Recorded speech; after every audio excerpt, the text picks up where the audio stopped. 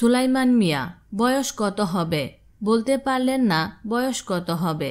তারপরও ধারণা করা হচ্ছে ৮০ এর কম বেশি হবে।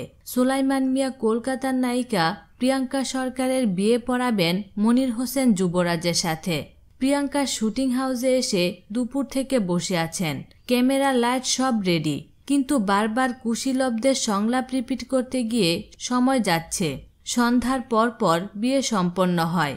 এটা রফিক শিকদারের হৃদয় জুড়ে ছবির শুটিং সেটের গল্প। এরপরই ক্যামেরা থেকে মুক্তি মেলে সুলাইমানের। প্রিয়াঙ্কা শুটিং হাউসেই কথা হয় সুলাইমানের সাথে। জানতে চাইলাম তিনি বাস্তবিক কাজী কিনা। সুলাইমান জানালেন, না, বাস্তবিক কাজী না, তবে কাজীর অভিনয় তাকে করতে হয়েছে। কাজীর অভিনয় করতে গিয়ে কাজী মনে হয়েছে কিনা জানতে চাইলে সুলাইমান জানালেন, ক্যামেরার সামনে যখন তিনি কাজী তখন তিনি কাজী। তিনি যে শুধু কাজীর অভিনয় করেছেন তা নয়।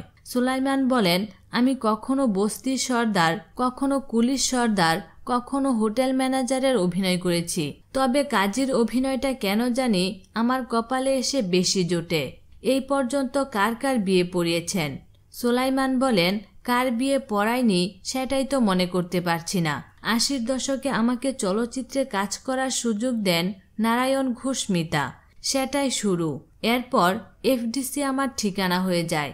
তখন থেকে প্রায় সব নায়ক নায়িকার বিয়ে আমিই পড়িয়েছি, তবে আমার শাবানা ও আলমগীরের বিয়ে পড়ানোর কথা বেশি মনে আছে, কারণ তাদের বিয়ে আমি সবচেয়ে বেশি পড়িয়েছি। বিনোদন জগতের নিত্য নতুন খবরাখবর জানতে আমাদের চ্যানেলটিতে সাবস্ক্রাইব করার জন্য আপনাকে আন্তরিক ধন্যবাদ।